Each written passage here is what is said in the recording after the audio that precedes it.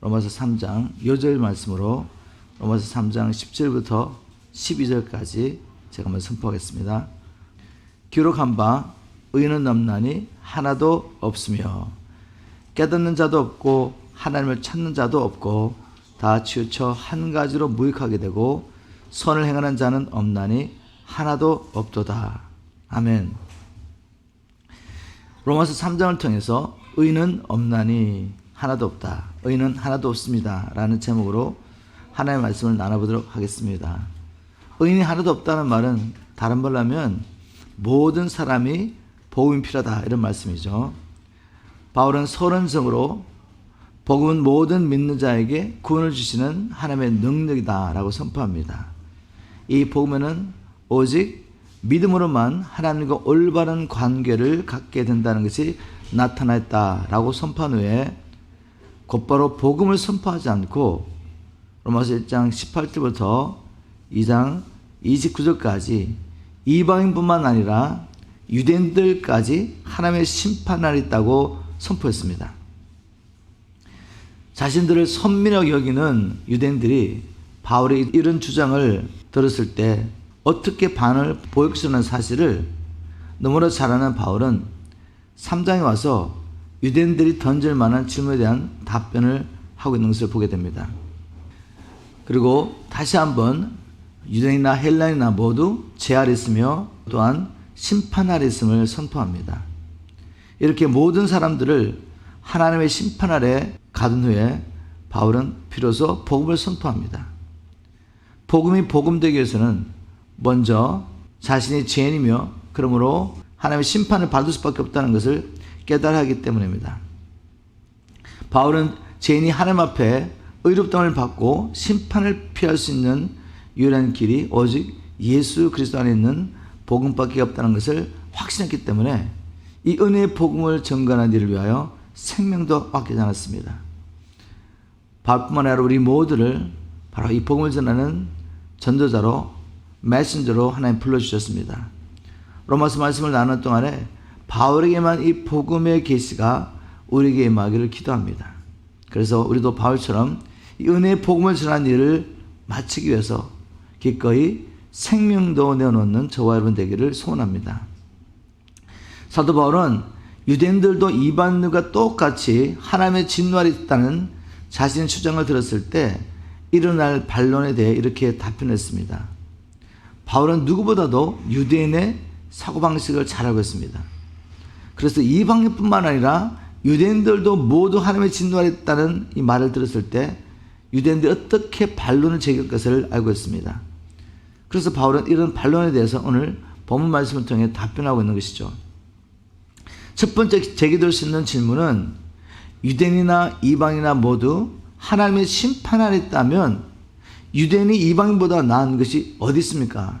라는 질문이죠. 3장 1절에 그런즉 유대인이 나음이 무엇이며 할례 유익이 무엇입니까? 우리는 열방 가운데 하나님의 백성이 되도록 택함을 받은 하나님의 백성이고 하나님의 백성이 된 증거로서 할례를 받았는데 유대인이나 이방인이나 똑같이 하나님의 진노를 했다면 우리의 나음 유익이 뭐냐 이거죠. 이에 대해 바울은 여러모로 많지만 첫 번째로 꼽을 수 있는 것은 하나님의 말씀을 맡은 것입니다 라고 답변을 합니다. 하나님의 말씀을 받아서 보존하고 후대에게 물려주는 이것이 얼마나 큰 특권이며 또한 사명입니까? 만일 유대인들이 하나님의 말씀을 받아서 우리에게 전해주지 않았다면 우리가 어떻게 예수 그리스도 안에 있는 하나님의 구원 계획을 알고 그 하나님의 구원 계획을 믿음으로 구원을 받을 수 있었겠습니까? 그러면 이처럼 성경을 기록하고 보존하여 전해준 것, 이것이 유대인의 특권이라는 것을 첫 번째로 바울은 강조했습니다. 자, 두 번째 제기될 수 있는 질문은 어떤 사람들이 믿지 아니하였으면 어찌하려 그 믿지 아니함이 하나님의 미쁘심, 즉 신실하심을 피하겠느냐. 자, 이게 무슨 말씀입니까? 구약의 선지자들은 한결같이 하나님께서는 메시아를 보내 자기의 백성들을 구원하시고 하나님 나라를 회복하시겠다고 약속하셨습니다. 그리고 바울은 그 메시아가 바로 예수라고 증거했는데 그 당시 대부분의 유대인들은 예수님을 메시아로 믿지 않았습니다. 그러면 그 메시아를 통해서 이스라엘 백성을 구원하시고 하나님 나라를 회복하시겠다는 하나님의 약속은 어떻게 되었냐 이거죠. 이런 반론에 대해 바울은 이렇게 답변했습니다. 로마서 3장 4절 신물 성경으로 절대로 그럴 리 없습니다. 세상 사람들이 모두 거짓말장이라 하더라도 오직 하나님만은 참되십니다. 그러기에 성경에 기록되기를 주께서 하시는 말씀은 언제나 옳고 주께서 내리는 심판은 항상 올바릅니다 하였습니다. 이 바울의 요점은 세상 모든 사람이 거짓말장이라 하더라도 하나님은 신실하십니다. 다시 말해서 하나님은 신실하셔서 자기 백성들을 향하신 하나님의 계획, 이스라엘 민족을 향하신 하나님의 계획을 반드시 이루실 것입니다. 지금은 이스라엘 백성들이 예수 그리스도를 메시아로 인정하지 않지만 바울은 로마서 9장에서 11장 말씀을 통해서 이스라엘 민족이 마침내 민족적으로 하나님의 복음을 깨닫고 예수 그리스도를 통한 하나님의 구원계를 깨닫고 민족적으로 구원을 받을 것을 말씀하였습니다. 자, 세 번째 제기될 질문은 무엇입니까? 5절에 보니까 그러나 어떤 사람은 이렇게 말합니다. 하지만 우리의 불의가 하나님의 의로움을 더욱더 분명하게 드러내지 않습니까? 그럴 때 우리는 어떻게 말해야 합니까? 하나님께서 우리에게 진노를 내리시는 것이 잘못이라는 말입니까? 이 말은 내가 세상 사람들의 주장을 그대로 옮긴 것입니다. 이 질문은 사실은 억지 질문이죠.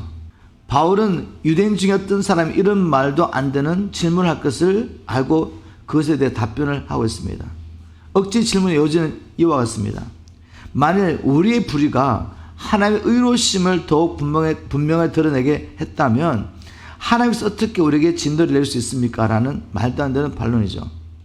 이 억지 반론은 하나님께서 바울의 마음을 강팍해 함을 통해서 자기 백성들과 열방에 하나님의 위엄과 능력을 드러내는 일을 사용했다면 하나님의 바울을 심판하는 것이 옳습니까? 라고 반론하는 것입니다.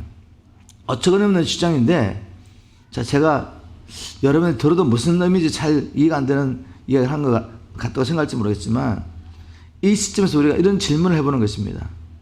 바울은 왜 이렇게 유대인들이 제기할 만한 반론들을 자세하게 설명하고 있습니까? 바울은 마귀의 전략을 알았기 때문입니다. 복음이 선포될 때 마귀가 사람들의 마음속에 온갖 반론을 일으켜서 복음을 받아들이지 못하게 방해할 것을 알았기 때문입니다. 우리가 복음을 전하는 현장에 가보면 이것을 종종 경험하게 됩니다. 정말 시급한 것은 지금 복음 필요한 이 사람, 우리가 복음을 나누는 이 사람이 이 복음을 듣고 이 기회를 놓치지 않고 예수를 믿음으로 구원을 받아야 되는데 이들의 마음에는 다른 생각들이 있습니다. 어떤 생각들이 막 일어나죠?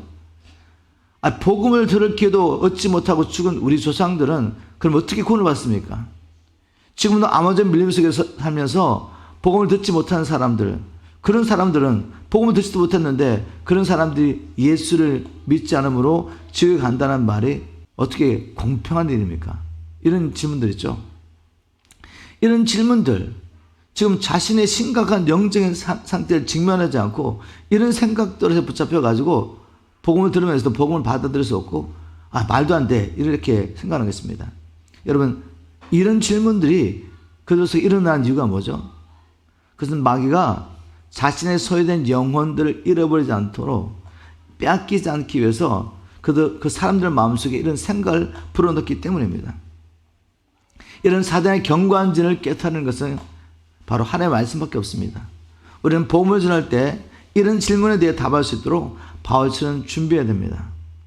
바로 진리의 말씀으로 우리의 마음에 가득 채우지 않으면 마귀가 이런 경관진으로 사람들의 마음을 사로잡고 복음을 받아들이지 못하게 할 때 그 사단의 경관진을 깨트릴 무기가 없는 것이죠.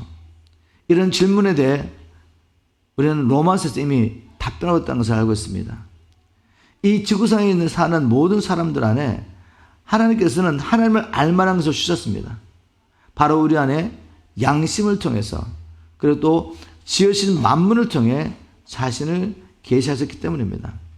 그러므로 바울은 아무도 하나님을 몰랐다고 핑계치 못할 것이라고 선포했습니다. 자, 여기까지 하고 우리가 한번 적용해 보겠습니다. 우리 모두는 바울처럼 복음을 전하도록 부름을 받았죠.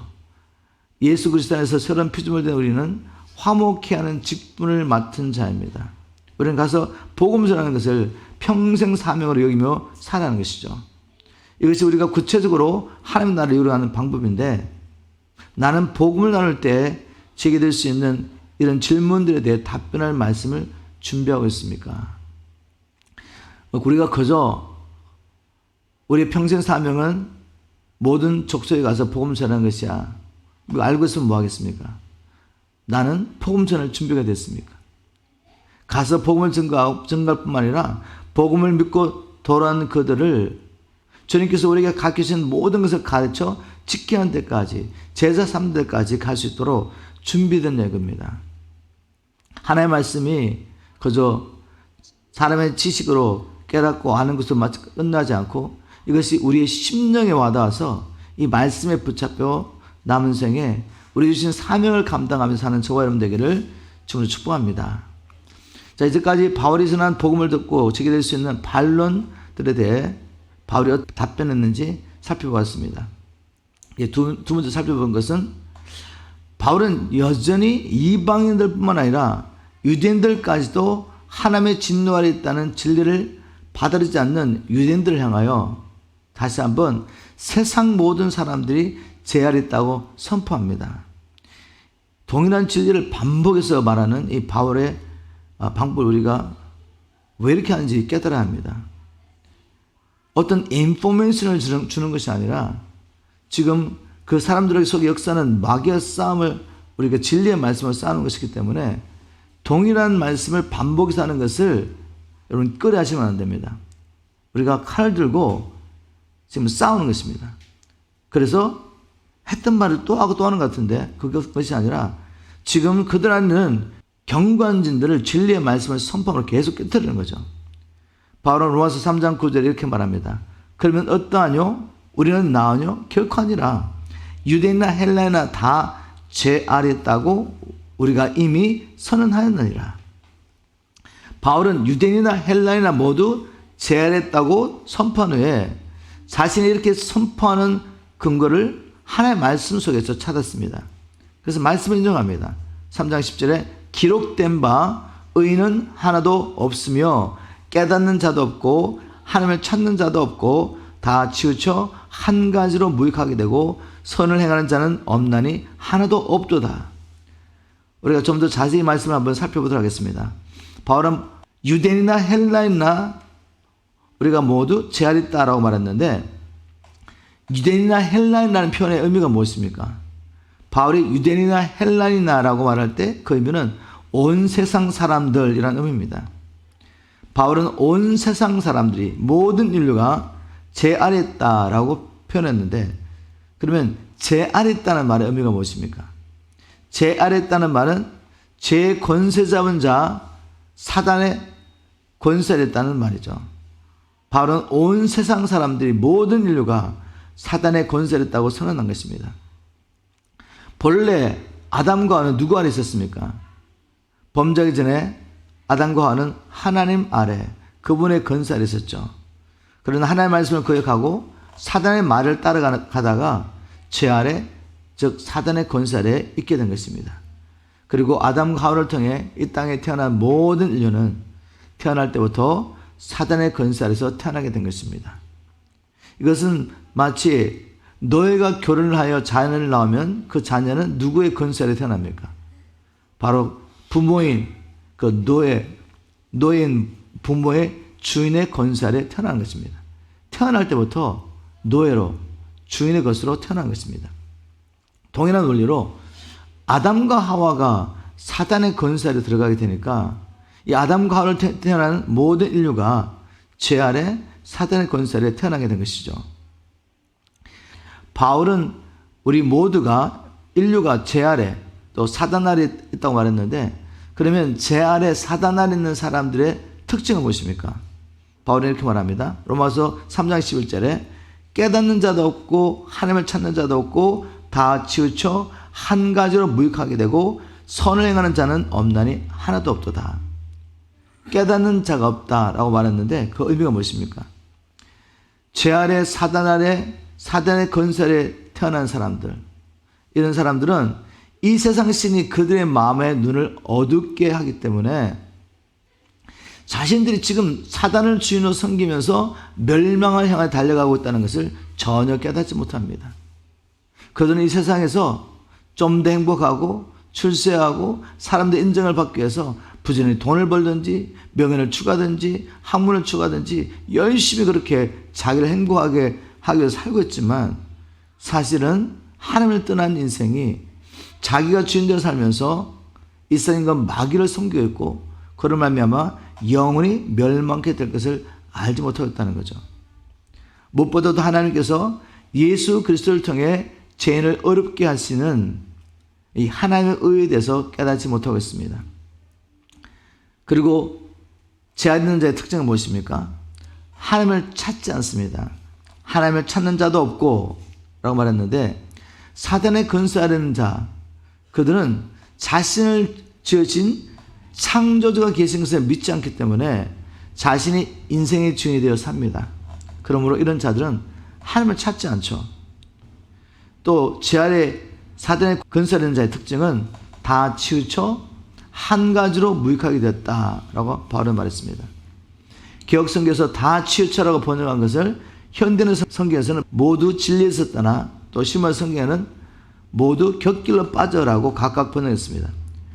그러므로 죄 아래 있는 자들이 다 치우쳤다는 말의 의미는 모든 사람들이 그들을 창조하신 하나님의 창조의 목적을 떠나 자신이 주인이 되어 자기 길을 가고 있다, 임의대로 살고 있다는 말이죠.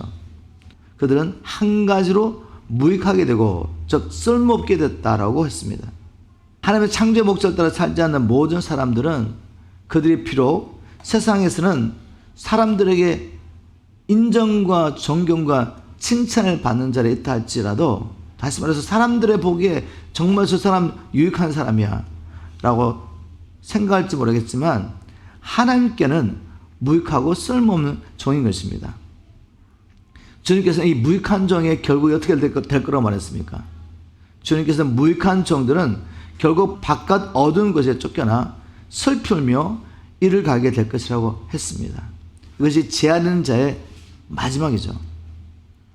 또 죄하는 자의 특징은 선을 행하는 자는 없나니 하나도 없다는 말씀을 통해서 그들은 선을 행하지 못하기 때문에 결국 영벌의 심판을 받게 될 것을 알 수 있습니다. 주님께서는 마지막 날 모든 사람들이 아들의 음성을 들을 때가 오는데, 그때 선한 일을 행한 자는 생명의 부활로, 악한 일을 행한 자는 심판의 부활로 나올 거라고 말했습니다.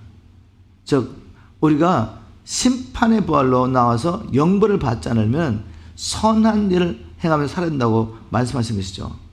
물론 주님께서 말씀하신 이 선한 일은 도덕적으로 선한 삶을 산다는 말이 아니죠. 그것은 각 사람이 창조의 목적을 따라 사는 것을 하나님은 선하다라고 인정해 주십니다. 그러므로 이 죄 아래 사단의 건설하는 자는 하나님을 알지 못하기 때문에, 그래서 각자를 향하신 하나님의 계획을 알지 못하기 때문에 결국 선한 일을 할 수가 없죠.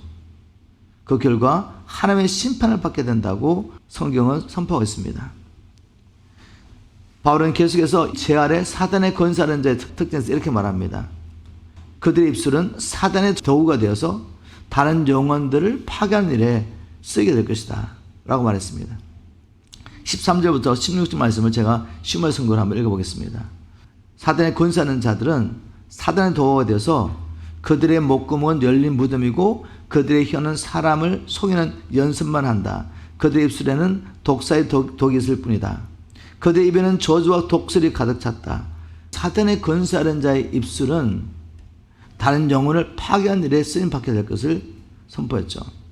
잠언 기자도 사람의 혀는 죽일 건설도 있고 살릴 건설도 있다고 말했습니다. 그래서 이 사단의 건설하는 자들은 사단의 도구가 되어서 이 혀로 많은 사람들을 죽이게 된다는 것이죠. 누구를 죽이는 데 쓰임받습니까? 바로 가까운 가족들, 가까운 사람들을 죽이는 일에 쓰임받게 되죠. 그리고 이들의 발은 영혼을 살리는 발이 아니라 죽이는 발이 될 거라고 말했습니다. 그들의 발은 남의 피를 흘리게 하는 일에 신속하게 움직이니 그들이 가는 길에는 불행과 파멸 뿐이다 라고 선포했습니다. 하나님의 선한 도구가 되어서 복음을 전하는 발은 생명과 치유를 가져오지만 반면에 사단의 도구가 되어서 악한 말을 하는 자의 발은 불행과 파멸을 가져오게 되는 것입니다. 그러므로 제 아래에 있는 자들은 참된 평안의 길을 알지 못한다라고 말합니다. 17절에 그들은 참된 평안이 무엇인지 모른다. 이 제 아래 사단의 권세 아래에 사는 사람들은 마음의 눈이 가려졌기 때문에 피조물로서 마땅히 두려워할 존재, 즉 하나님을 두려워하지 않는다고 바울은 말하고 있습니다. 18절에 그들의 눈앞에는 하나님을 두려움이 없다. 그러나 이렇게 하나님을 두려워하지 않는 자도 어린 양이 진노하는 날에는 비로소 영적인 실체를 깨닫고 영의 눈이 열려가지고 하나님을 두려워할 수밖에 없을 것이라고 또 계시록에 기록하고 있죠. 계시록 6장 15절부터 17절 말씀을 제가 한번 선포하겠습니다. 신약 성경.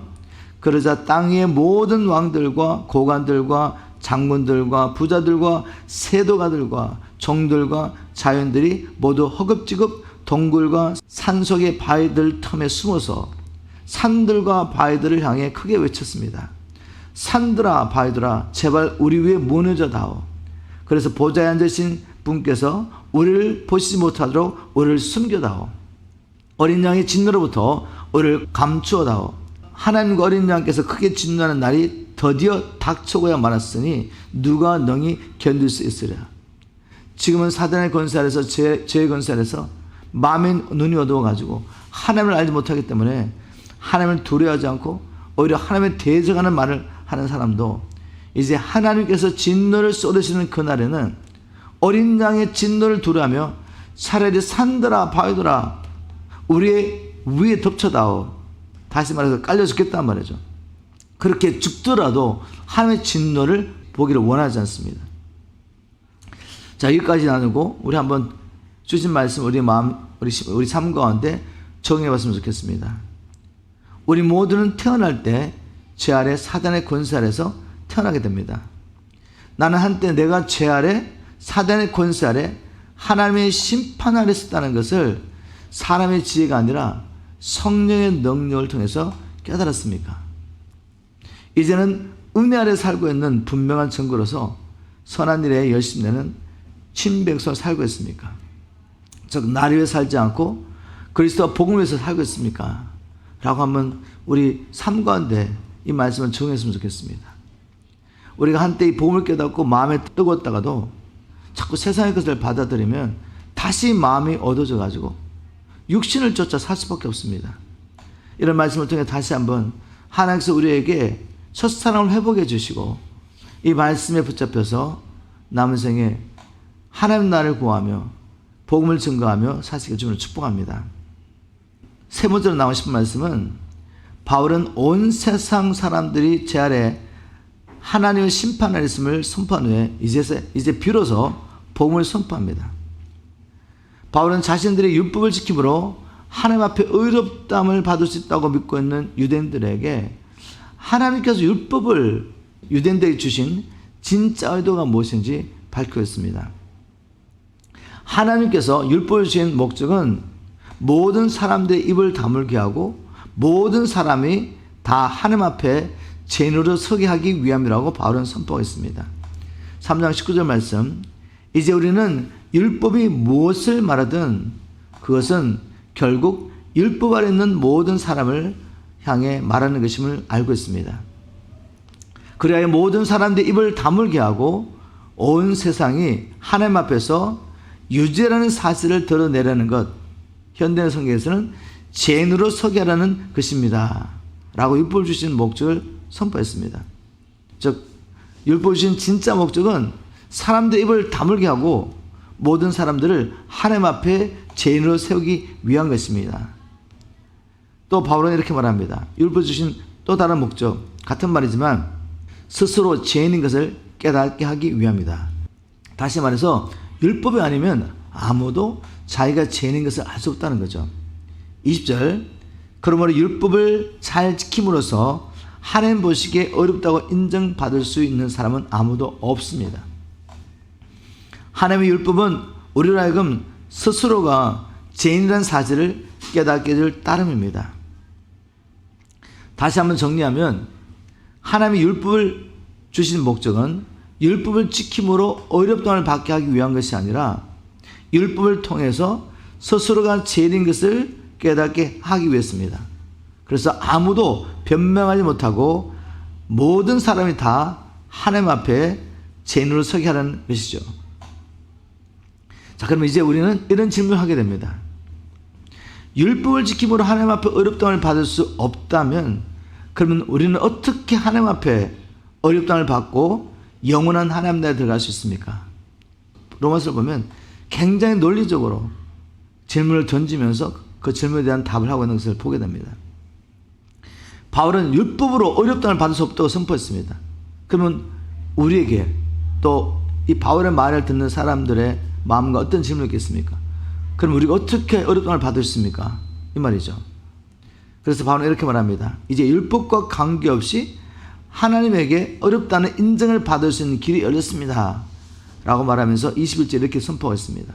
그러나 지금은 율법과 관계없이 하나님에게 어렵다는 인정을 받을 수 있는 길이 열렸습니다. 그것은 율법과 예언자들에 의해서 증거된 것입니다.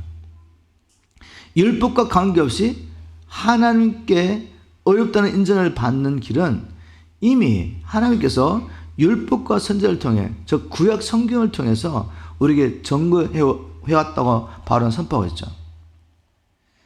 우리가 어떻게 율법을 지킨 것 관계없이 하나님에게 어렵다는 인정을 받을 수 있습니까? 즉 죄인된 우리가 어떻게 하나님 앞에서 어렵다함을 받을 수 있습니까? 자, 이 질문에 대해서 바울은 계속해서 3장 22절에 이렇게 기록하고 있습니다.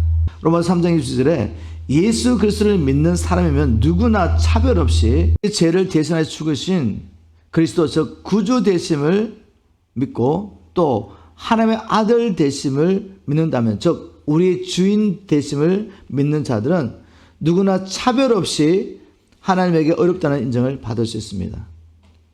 여기 누구나 차별 없이라는 말은 유대인이나 이방인 그리고 남자나 여자나 종이나 자유자나 구별 없이 모든 사람이 예수 그리스도를 믿음으로 하나님께 의롭다는 인정을 받을 수 있는 길이 열렸다는 거죠. 그러면 하나님께서 요구하시는 믿음은 어떤 믿음입니까? 오직 예수 그리스도를 믿음으로 우리가 어렵다를 받는다고 바울은 선포했는데 그렇다면 하나님께서 우리를 어렵다고 인정해주는 믿음은 어떤 믿음이에요? 그죠? 야고보서 말씀을 통해 알 수가 있습니다. 그 믿음은 죽은 믿음이 아니라 살아있는 믿음이 되어야 합니다. 살아있는 믿음의 증거로서 순종에 따르는 이 믿음으로만 우리는 하나님 앞에 어렵다함을 받을 수 있습니다. 야고보는 살아있는 믿음은 반드시 순종에 따른다는 것을 아브라함의 삶을 통해서 이렇게 증명하고 있습니다. 야고보서 2장 21절 22절 신문 성경 우리 조상 아브라함을 보십시오. 그는 하나님의 말씀에 순종하여 자기 외아들 이삭을 제단에 바치는 행함으로 말미암아 어렵다고 인정받지 않았습니까? 여러분이 보는 대로 아브라함의 믿음에는 행함이 따랐으며 그런 행함으로 인해 아브라함의 믿음이 온전하게 된 것입니다. 바울은 이제 우리가 율법과 상관없이 예수 그리스도를 믿음으로 하나님 앞에 어렵다는 인정을 받을 수 있습니다. 라고 선포했는데 그러면 하나님께 어렵다함을 받는 그 믿음은 어떤 믿음입니까? 야고보가 선포한 대로 바로 그것은 살아있는 믿음이고 그것은 아브라함의 삶을 통해 보시는 것처럼 믿는 것에 대한 반드시 순종에 따르는 믿음 바로 그 믿음으로만 우리는 하나님 앞에 어렵다함을 받을 수 있습니다. 23절에 와서는 바울은 이제 그러면 왜 온 인류가 하나님 앞에 어렵다함을 받는 일이 필요합니까? 라는 질문을 스스로 하고 그에 대한 답변하고 있습니다. 지금 바울은 사람들이 자기가 전하는 이 복음을 들으면서 일어난 모든 생각들을 미리 짐작하고 그에 대한 답변을 주고 있는 것이죠. 로마서 3장 23절 말씀을 통해서 왜 모든 인류는 하나님 앞에 어렵다는 인정을 받을 필요가 있습니까? 그것은 모두가 죄를 지어서 하나님의 영광에는 이룰 수가 없는 처지이기 때문입니다. 왜 우리는 어렵다는 받아야 되죠? 우리가 하나님의 영광에 이룰 수 없게 됐기 때문에, 죄를 범함으로. 바울은 인류의 대표였던 아담이 범죄할 때 아담 안에서 모든 인류가 함께 죄를 범하게 됐다고 로마서 5장 12절 이렇게 기록하고 있습니다. 이러므로 한 사람으로 말미암아 죄가 세상에 들어오고 죄로 말미암아 사망이 왔나니 이와 같이 모든 사람이 죄를 지었으므로 사망이 모든 사람에게 이르느니라. 모두가 죄를 지어서 하나님의 영광이 이룰 수 없는 처지가 되었다고 했는데, 자, 그게 무슨 말이죠? 모든 사람이 죄를 지어서 하나님의 영광이 이루지 못했다. 첫 번째 그 의미는 죄로 말미암아 하나님께서 사람들에게 주신 영광스러운 지혜를 상실하게 됐단 말입니다. 그래서 하나님이 주신 사명, 즉 땅을 정복하고 다스리는 사명을 감당할 수 없게 된 것입니다. 또 하나님의 영광에 이르지 못하게 됐다는 말은 하나님의 영광선 보좌 앞에 나갈 수 없게 됐다는 말이죠. 우리가 하나님의 영광선 보좌 앞에 나갈 수 없다는 것은 이제 우리가 어둠 가운데 떨어지게 됐다는 말이죠. 즉 이 세상 임금 마귀의 사단의 권세 아래 살게 된 것입니다. 그래서 온 인류가 하나님 앞에 다시 의롭다함을 받을 필요가 있는 것입니다. 이제 우리는 또 이런 질문을 하게 됩니다. 죄로 말미암아 팔려 사단의 권세 아래 있는 인류가 어떻게 하나님 앞에서 의롭다함을 받는 일이 가능합니까? 바로 이런 질문이 일어날 것을 알고 바울은 24절에 이렇게 답변하고 있습니다. 그리스도 예수 안에 있는 구속으로 말미암아 하나님의 은혜로 값없이 어렵다 하심을 얻는 자 되었습니다. 얼마나 자세하게 구체적으로 바울이 지금 복음을 설명하는지 모릅니다. 그리스도 예수 안에 있는 구속으로 말미암아 죄인이 하나님에게 어렵다고 인정을 받는 일이 가능하게 되었습니다. 라고 바울은 말했습니다. 우리가 그리스도 예수 안에 있는 구속으로 하나님 앞에 어렵다를 받게 되는데, 그럼 구속이라는 말은 어떤 의미입니까? 구속이란 원래 너의 몸값을 지불하고 너희를 자유하게 해주는 것을 의미합니다. 아담 후예들은 다 죄값으로 말미암아 죄로 말미암아 팔려 사단의 노예가 되었습니다. 그래서 우리는 평생 죄 아래 사단의 권세 아래 살다가 하나님의 진노를 받을 수밖에 없는, 하나님의 심판을 받을 수밖에 없는 원래 진노의 자녀들이었죠. 이런 절망적인 처지에 있는 우리를 위해서 하나님께서 친히 구원의 길을 마련했다고 바울은 선포했습니다. 25절에 하나님께서는 그리스도 예수의 피를 죄에서 구원하는 제물로 삼으시고 누구든지 그분을 믿으면 하나님과 화목하게 하셨습니다. 라고 복음을 선포했습니다. 하나님께서는 한 분뿐이신 독자 예수 그리스도를 우리의 죄값으로 대신 내어주신 것입니다. 그래서 바울은 디모데 전서 2장 6절에도 그리스도 예수께서는 우리 죄를 위해 자기 자신을 속전, 즉 대속의 제물로 내어주셨습니다. 라고 고백하고 있습니다. 한 분뿐이신 독자 예수 그리스도를 죄인은 우리를 위해서 대속 제물로 내어주시고 우리를 하나님 앞에서 의롭다고 인정해 주셨다는 것이 바울이 전한 복음입니다. 자, 이거 우리가 모르는 사실이 아니죠. 그런데 문제는 무엇입니까? 바울과 우리 차이는 무엇이겠어요? 바울은 이 복음이 깨달아졌을 때 미친 사람처럼 이 복음을 전가하며 살기 시작한 것입니다. 오늘 주신 말씀을 우리에게 적용하면서 말씀했으면 좋겠습니다. 나는 내가 한때 죄 아래 사단의 권세 아래, 그러므로 심판 아래 있었다는 사실을 심령으로 믿고 알고 있습니까? 나는 하나님께서 한 분뿐이신 독자 예수 그리스도를 죄인인 나를 위해 대속 제물로 내어주시고 나를 하나님 앞에서 의롭다고 인정해 주셨다는 이 복음을 심령으로 믿고 있습니까? 그래서 이제 바울이 전한 복음이 나의 복음이 되었습니까? 오늘 말씀을 한번 우리 마음에 새기며 이런 질문을 정직하게 하기를 주님으로 축복합니다. 그래서 로마서 말씀을 통해서 성령님께서 복음의 진리를 더욱 밝히 열어주셔서 저와 여러분의 남은 생에 바울처럼 평생 이 은혜의 복음을 전가하는 일을 위해서 기꺼이 생명을 내어놓는 저와 여러분 되기를 주님으로 축복합니다. 그래서 많은 사람들을 생명의 길로 인도하며 주님께서 오실 길을 예비하는 저와 여러분의 남은 생애 되기를 또한 주님으로 축복합니다.